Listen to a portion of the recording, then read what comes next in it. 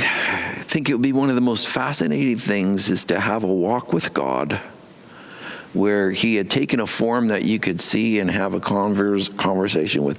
Abraham did that. It's pretty amazing conversation. And we're going to just only pick up the back end of it because it's quite an extensive conversation. In the back end of the conversation found in chapter 18 of Genesis, Abraham is going to be introduced to the plan of God for Sodom and Gomorrah.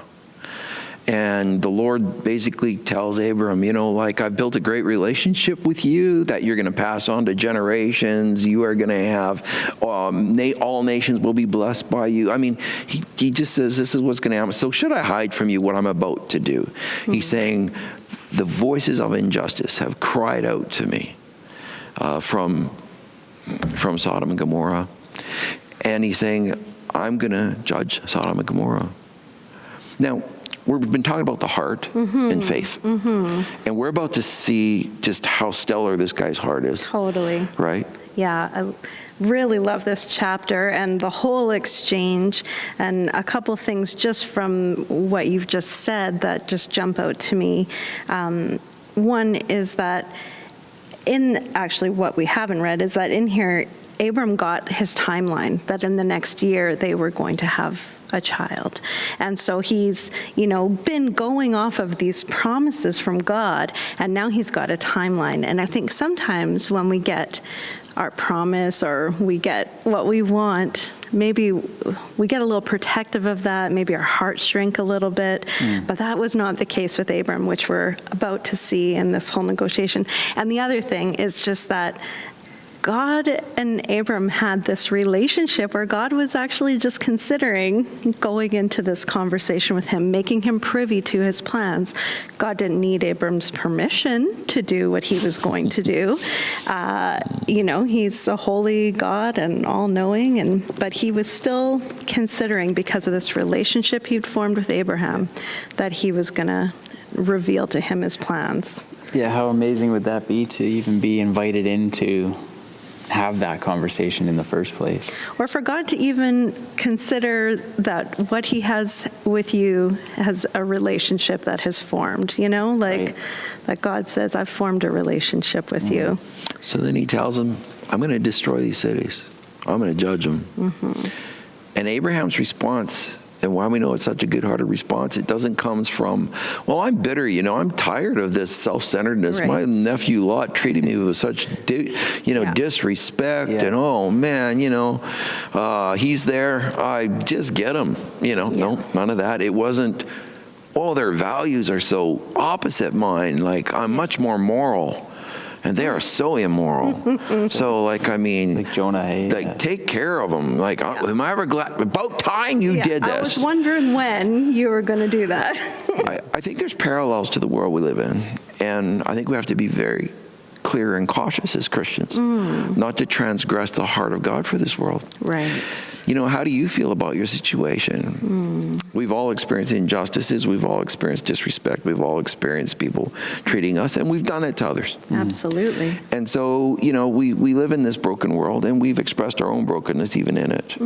But we can get also in a position where we get bitter about what's happened to us, or we can feel awed in the wrong way. Right. We can feel like, I'm so much better than them in a moral sense. I don't do this. When it's only been the grace of God that has established anything righteous in my life. Yeah. Yes, that's right. And so Abraham's coming into this discussion with a heart that could have been polluted. Totally. And he's not. Yeah. He's coming in, and his first response is,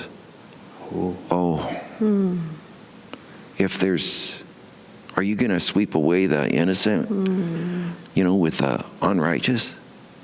Is that what you're going to do? Right.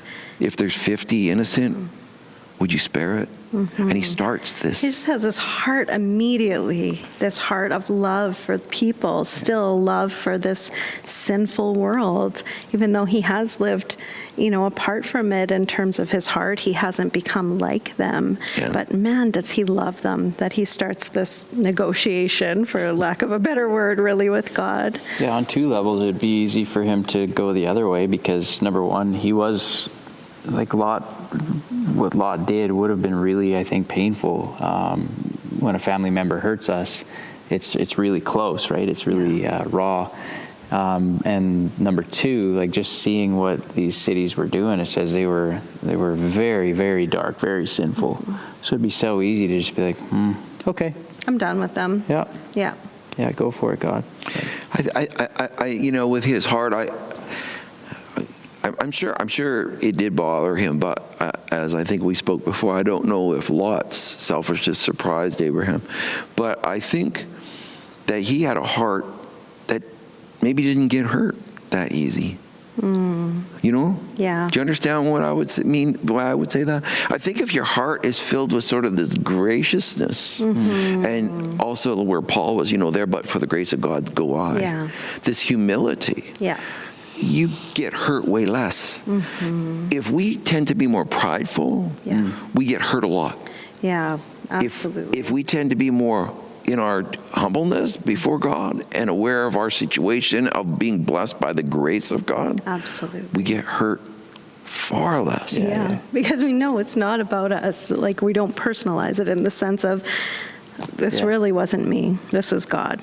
This is why I'm here. This is why I can do what I can do. It's all God. And we're talking about this combination factor of a faith in a pure heart. Right? Amazing. And the pure heart's that beautiful container where faith grows. Yeah. And it has that good soil, right?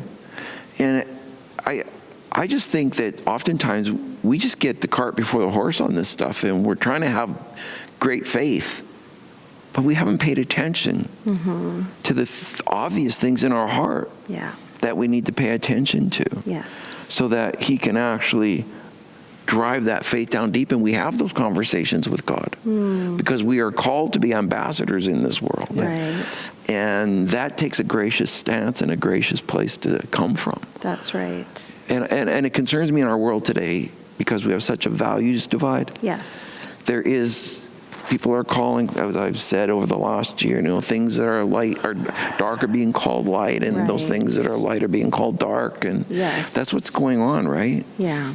And I think today, Christians, we have to be careful that we don't stand and say, about time, like, get them. Yes. Yeah. I'm glad for the last days. I'm glad that they're going to be finally your judgment's going to clean it all up. Just wipe them out.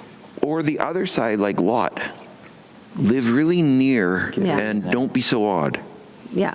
Don't stand out. Those are two very bad positions. Absolutely, absolutely. When we look at this morality, we need to be looking at it the way God does. Love God and love others. It comes from a place of love. That's where Abraham's heart was. You can see it in this conversation. He loved God. He honored God. He was so respectful in the way he spoke with him, and so relational. And he loved these people who he knew God loved as well. Yes. Yeah, Jesus said, "It's not my Father's will that even one of these should perish." And I think people either forget or ignore that when they're in that mindset of get them, get them. And I think that comes out of hearts where the weed seeds have gotten, or the hard pan or the shell has so controlled your faith. Yeah. Your faith is under the control of the wrong soils. Right. And then you end up like, it's easy to be judgmental to somebody else.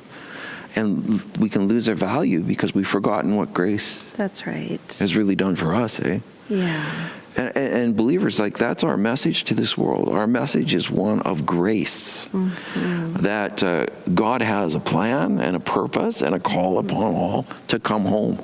Yeah. And the way home is paid for. That's right. And we can't ever forget that. Yeah. And it's easy for us to get fired up in the moralities wars of today. And you'll be right on the moral, like to say, yes, this is right. Yeah.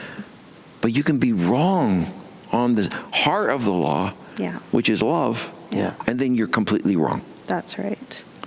I just feel that we just need to be challenged in this, because we are in an environment where there's a lot of judging, and there's a lot of harshness and hardness, or there's a lot of, don't be odd. Yeah. Yeah. Blend. Yeah, we could blend this so we don't stand out. Yeah, we have to remember who God is. So when we see the values collision, like God knew and God knows, and he's still in control, and there but for the grace of God go I, and God calls me to love, I don't need to be afraid that there's a values collision. God knew that was going to happen. It's all throughout here. So Abraham steps in.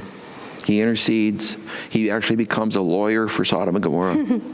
And he negotiates with God from 50 all the way down to 10. Yeah. He doesn't take them to 0. Right. Because God is God. Yeah. But he brings them, if there's 10 righteous, will you spare them? And God said, if there is, I will. God's heart is always that. That's his heart. But his holiness will be honored. Yeah. But you need to honor his heart. Love God with all your heart and love your neighbor as yourself. That's the heart of the law. Yeah. That is the fulfillment of all that is right. That's where we concentrate. We're still doing the same job we're called to, Christian. For God so loved the world that he gave. Yeah. God bless you.